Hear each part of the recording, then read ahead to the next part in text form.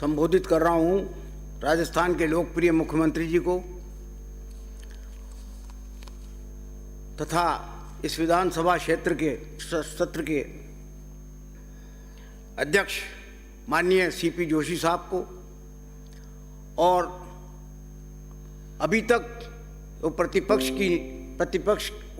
के नेता के बतौर विराजमान रहे आदरणीय गुलाब चंद जी साहब कटारिया को तथा उपस्थित सभी विधायक साथियों, मैं सबसे पहले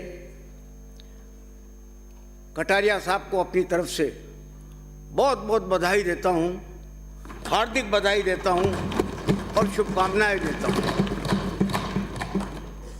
और हमारे लिए खास तौर पर यह गौरव की बात है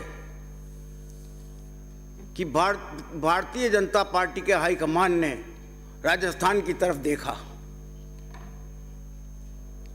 क्योंकि कांग्रेस के हाईकमान ने राजस्थान से कम भी 5 राज्यपालों की नियुक्ति की थी और 2 एक प्रेसिडेंट की नियुक्ति की, प्रेसिडेंट का चुनाव किया। लेकिन मैं इस बात के लिए धन्यवाद देता हूं आदरणीय मोदी जी को कि उन्होंने राजस्थान से दो उपराष्ट्रपति बनाए। एक तो शायद जिस वक्त बने थे वीरू सिंह जी, तब तक मोदी जी का नाम नहीं था, लेकिन आज जो उपराष्ट्रपति हैं वो मोदी जी के द्वारा ही बनाए गए हैं, इसलिए मैं उनको धन्यवाद देता हूं तथा खास तौर पर गुलाब चंद जी कटारिया को जो है आसाम में राज्यपाल बनाने के लिए भी बहुत बहुत धन्यवाद देता हूं। मेरी शुभकामनाएं हैं आपको कि आप राज्यपाल के रूप में अपनी संवैधानिक मर्यादाओं को और परंपराओं को, गौरवपूर्ण जो परंपराएं रही हैं उनका निर्वहन करेंगे और राजस्थान का नाम रोशन करेंगे। मोटे तौर पर जैसा आपने बताया कि आप एक शिक्षक के रूप में आपने नौकरी भी की और पढ़ाई भी की। बिरले आदमी मिलेंगे आपको ऐसे जो कि संसद सदस्य भी बन गए और 8-8, 9-9 बार जो है विधानसभा के सदस्य भी बन गए। बिरले आदमी मिलेंगे इस प्रकार के, तो निश्चित तौर पर ये आपकी लोकप्रियता का परिचायक है। आपके द्वारा जो भी समाज के हित में काम किए गए, जन समस्याओं को निपटाने के लिए तथा सरकार में रहते हुए भी उनकी सेवा करते हुए और प्रतिपक्ष में रहते हुए भी उनकी बात को उठाते हुए जो आपने किया, उसके लिए आप निश्चित तौर पर जनता ने आपको दोबारा चुना। आपका लंबा राजनीतिक इतिहास रहा है। प्रतिपक्ष के रूप में भी आपने जनहित के कई मामले उठाए और पुरजोर शब्दों में अपनी बात को यहाँ पर सदन पे रखा। बड़ा निश्चित तौर पर यह आपका बहुत बड़ा योगदान था। विधानसभा में कई बार ऐसे क्षण भी आए कि आप भावुक हो गए, ब्लड प्रेशर की शिकायत हो गई, डॉक्टरों को यहीं बुलाना पड़ा। मुझे याद है 1997 का एक किस्सा, जब विधानसभा में वीरू सिंह जी की सरकार थी राजस्थान में, आप शिक्षा मंत्री थे और आदरणीय उपनेता महोदय राजेंद्र जी राठौड़ साहब, कालीचरण जी, मदन जी दिलावर, प्रसादी लाल जी वगैरह ये सब जो है उस वक्त मेंबर हुआ करते थे। जालोर के भीनमाल में एक जैन मुनि के ऊपर ये आरोप लगा बलात्कार का, और उस वक्त जो भीम से आने वाले सदस्य थे माननीय लक्ष्मण सिंह जी ने, उन्होंने सरकार से जो है उसका स्टेटमेंट मांगा था, लेकिन स्टेटमेंट के लिए सरकार ने हानि भरी।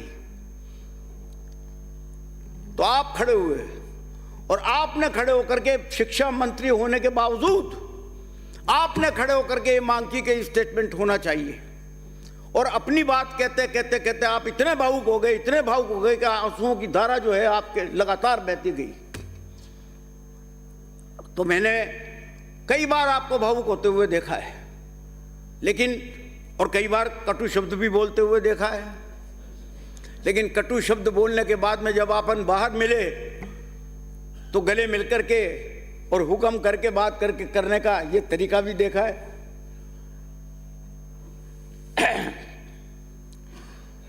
और मोटे तौर पर जहां तक सदन का सवाल है, सदन में चूंकि आप तो नेता प्रतिपक्ष के पद पर सुशोभित थे, इसलिए, और दूसरा कारण यह भी रहा कि जो अध्यक्ष के पद पर जो विराजमान है सीपी जोशी साहब, वो आपके पड़ोसी है, तो आपने पड़ोसी धर्म भी निभाया, और ये पड़ोसी धर्म दोनों तरफ से निभा।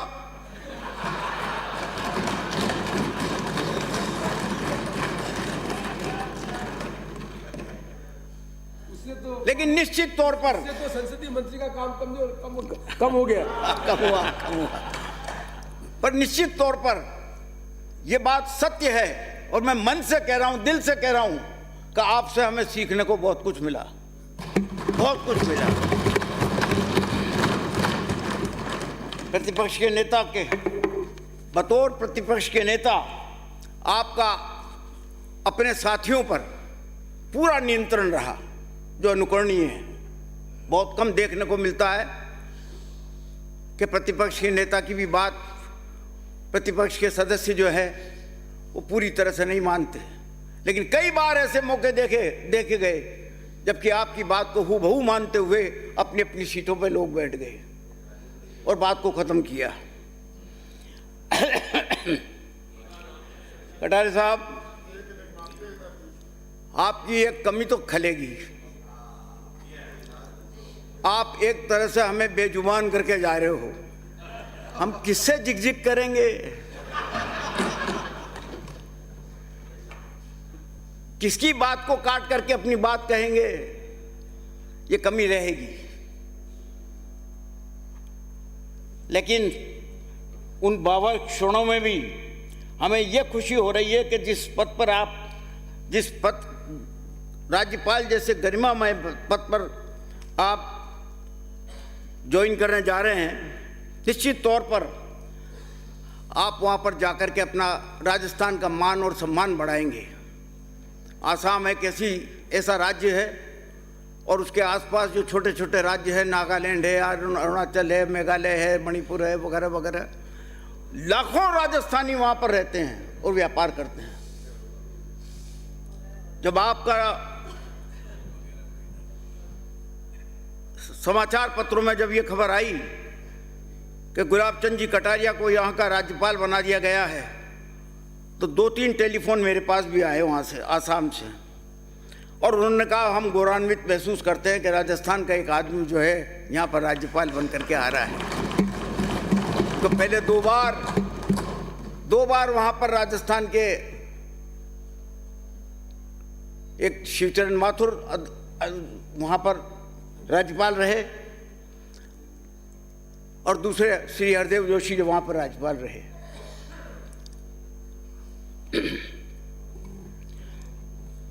मैं बहुत बहुत आपका आभार व्यक्त करता हूं और आपको धन्यवाद भी देता हूं कि आपने आज जो है इस विदाई समारोह में उपस्थित होकर के हमारा मान बढ़ाया है।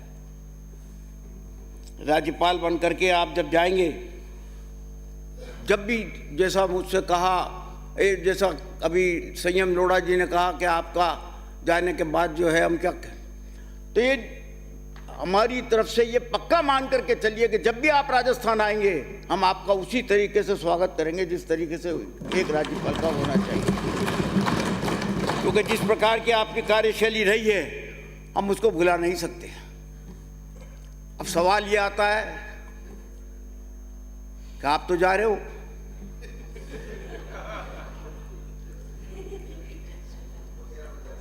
अब इंतजार इस बात का है कि यह पद किसको मिलेगा।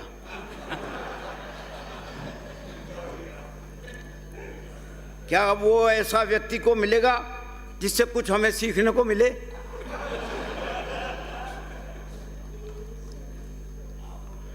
क्योंकि मोटे तौर पर जैसा मैंने पहले भी कहा, आपके जाने के बाद में हम बेजुबान हो गए।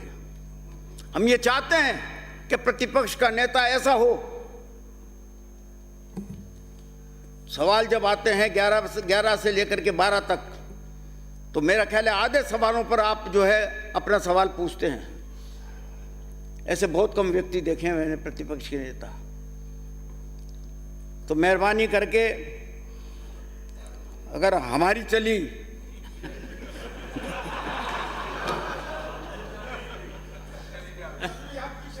तो हम तो कोशिश यही करेंगे कि आपकी जगह कोई ऐसा आदमी बैठे जो हमें कुछ सिखा सके। तो मैं आपको अपने दिल से आपका बहुत बहुत बधाई देता हूं, आपको शुभकामनाएं देता हूं, और राज्यपाल के पद पर आप सफल हों ये आपकी कामना करता हूं, तथा वहाँ के राजस्थानियों को भी आप खुश रखें, उनकी तकलीफ़ों को जो है वो दूर करते रहें, ये मैं आपसे आशा करता हूं। बहुत बहुत धन्यवाद। बहुत बहुत